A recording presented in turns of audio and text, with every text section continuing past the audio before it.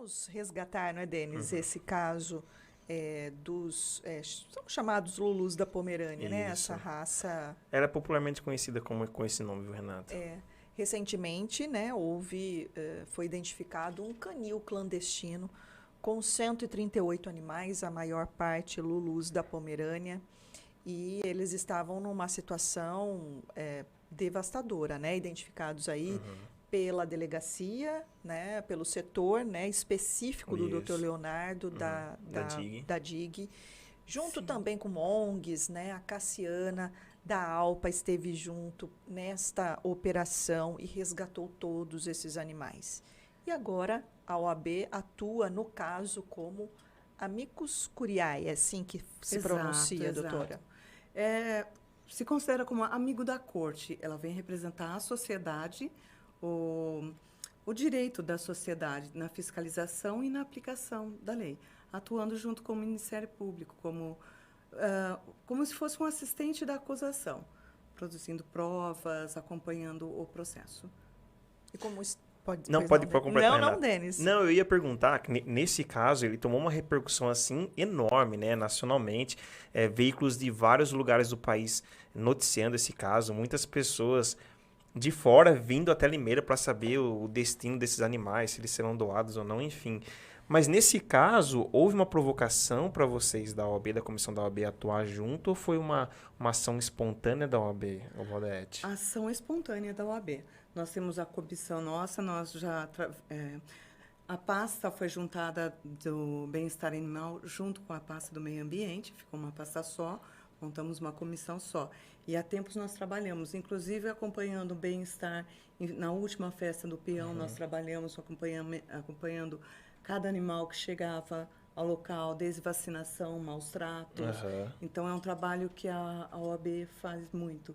Deu uma parada por conta da pandemia, mas nós atuamos em outros processos também. Entendi. E nesse caso específico que a Renata mencionou, dos Lulus da Pomerânia, teve alguma atualização que a OAB está por dentro? Como é que está essa situação? A última atualização do processo, que eles foram colocados, os autores em liberdade, e o juiz ele deu a guarda que é provisória para as ONGs que acolheram os animais no dia. Então, agora está na fase de colher mais provas, na fase de investigação, onde eles têm o direito de apresentar defesa, apresentar documentos do estado dos animais, se eles tinham ou não vacinação, tinham algum cuidado, o que eu não acredito por tudo que todos vimos, né? Que foi exposto nas mídias e tudo, né? Exposto. Doutora Valdete, esse caso ele foi assim entristeceu demais a todos, é claro, né? Os que realmente, né, se preocupam com a causa animal. Mas assim, como funciona a comissão de meio ambiente, bem-estar animal, diante de tantas outras situações de maus tratos? Qual é a frequência dos casos que a comissão lida? De que forma ela atua com a sociedade ou em outras frentes que, pelo menos até esse momento aqui, desconhecemos? Mas qual a importância da comissão, o trabalho dela? A comissão visa a proteção ao meio ambiente e o bem-estar animal. Tem trabalhado nas frentes, em todas que estão envolvidas animais, até na conscientização da castração com campanhas de bairro, apoiando ONGs, principalmente a ALPA, que é uma aliada nossa, fazendo campanhas de bairros de conscientização, de castração, de adoção. E o que nós lembramos sempre é que nem as ONGs, nem a OAB não dispõem de um local para colocar esses animais. Então, o trabalho é totalmente voluntário, dependemos de muita coisa, de doações. Nós trabalhamos também com arrecadação de rações. E as pessoas normalmente vêm com a reclamação. Tem um cachorro aqui, não, a OAB não tem como, a comissão não tem como recolher, mas tem como encaminhar para os órgãos da prefeitura, que têm a obrigação de fazer esse recolhimento, esse primeiro acolhimento. que esse caso, por exemplo, a gente está tomando o caso dos Lulus da Pomerânia como exemplo, mas é que fique sempre muito claro, né? Essas situações acontecem muito, como a própria doutora Valdete Cope já nos disse aqui. Mas esses animais, por exemplo, eu acho que você, me permita, você deve ter ouvido pouco a Cassiana também. Eu quero adotar, como faz? Eu quero adotar, como faz? Nossa, eu acho que foi a frase mais falada nos últimos dias. Como aí, né? faz para adotar um Lulu da Pomerânia? Mas, na verdade, essa explicação a gente sabe, pode reforçar também, doutora. Claro. Não estão para adoção, não estão para adoção. E não é por maldade. Sim, é aí que vem minha pergunta. As ONGs estão como fiéis depositárias desses animais. Aliás, gostaria que você explicasse como é que funciona, né? Ser um fiel depositário. E detalhe, para que as pessoas compreendam a complexidade que é esta situação. Sim, os animais foram apreendidos e envolve um processo criminal envolvendo pessoas, né? No caso, 2 pessoas que foram identificadas e foram indiciadas no processo criminal.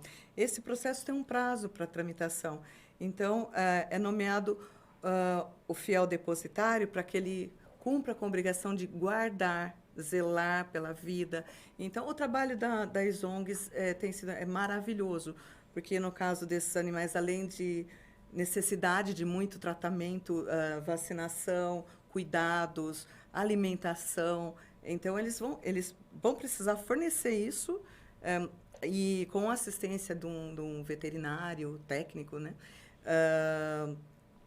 Até que seja disponibilizado, que seja dada uma ordem judicial transformando esta guarda temporária, que é de fiel depositário, para a definitiva.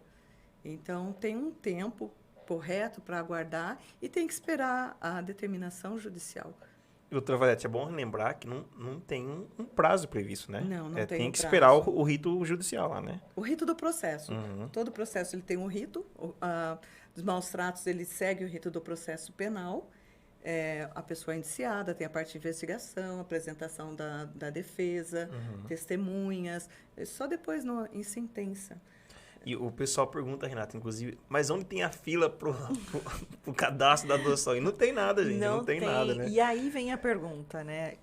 Essas ONGs, então, elas ficam como fiéis depositárias e como você já explicou aqui, existe todo um trâmite, todo um ritual que deve ser cumprido, né, pela justiça, né, na justiça, para que depois seja verificado o destino desses animais, certo? Exato. Nesse meio tempo, é possível que a justiça determine, doe, dá, é possível fazer a doação a partir de agora, ou não? Tem que encerrar mesmo o caso. É possível, mas não é sempre, não é o rito que acontece. A possibilidade existe. O que é certo, isso não é certo que vai acontecer. Então, isso depende do processo, da continuidade do processo, das provas anexadas e do entendimento do juiz da causa sobre essas provas.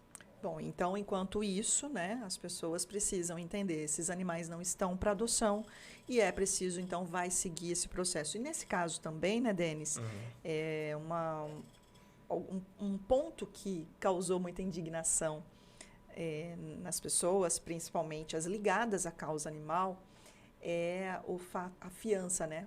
A possibilidade do pagamento da fiança, Isso. que embora foi alta. Foi, se eu não me engano, 15 mil para cada um. 15 mil para cada um, e aí as pessoas, não, ainda vão usar o dinheiro que foi apreendido também no local, usado, né, para pagar a fiança. Enfim, doutora, explica mais essa situação sobre a possibilidade de fiança desse caso e as pessoas responderem, então, eventualmente, aí em liberdade. A pessoa, como eu falei inicial, o rito do maus tratos, ele segue o rito do processo penal. Então, independente, falando um pouco do direito penal, o indivíduo, quando ele é indiciado num processo crime, ele tem direitos, que é o direito à defesa, quando, mesmo que ele não tenha como pagar um advogado, é nomeado um advogado para fazer a defesa através da Defensoria Pública. Hoje, aqui em Limeira, nós já temos a Defensoria Pública instalada. Então, tem que seguir esse rito. Se a pessoa é primária, bons antecedentes, não oferece risco nem de reincidência, de cometer de novo o mesmo crime, ela tem direito à fiança. Tem vários crimes que pode ser aplicado a fiança. Então, é um direito dela responder em liberdade. E o valor apreendido está disponível? Não, não está. Ele está apreendido. Está apreendido. E não foi disponibilizado para eles para pagar a fiança. Houve nessa discussão. Não, agora Sim. vamos utilizar o dinheiro do crime. Inclusive, né, o doutor Leonardo, né, Renata? Doutor Leonardo Birger, da Birger. DIG, isso. Ele pediu à justiça a possibilidade de sequestrar o valor apreendido lá no imóvel para que esse valor fosse destinado para as ONGs que estão com os animais, para que elas custeiem o tratamento e até o gasto que elas estão tendo com esses animais, né? Porque eu imagino o gasto que elas estão tendo com esse monte de animal, né, Renata? Só que eu acho que não teve avanço nesse pedido ainda. Então, eu acho que o dinheiro deve estar apreendido, né, doutora? Apreendido o ritual mesmo. Foi pedido, sim, pelo doutor o sequestro dos valores e o encaminhamento. Mesmo que se fosse deferido pelo juiz de já imediato, o valor, se você for dividir por animal e as circunstâncias que ele está, é muito pouco. Chega perto de 235 por animal. Coisa, né? Quando um ciclo vacinal, eu acredito que chega perto de R$ 1.200. Só o ciclo vacinal. Imagina, né? A gente soube, né, da situação lamentável de alguns animais, né, A doutora? maioria. Como que eles estavam, assim? Infestado de pulgas, carrapatos, com a pelagem cheia de cocô, xixi, que eles ficavam no ambiente fechado, não era limpo. Então, a pelagem desse animal ela é grande, então fechou todo como uma casca em cima do animal, com doenças de pele, com vários outros tipos de doenças auditivas, oculares, tem animais com tumores, diversos.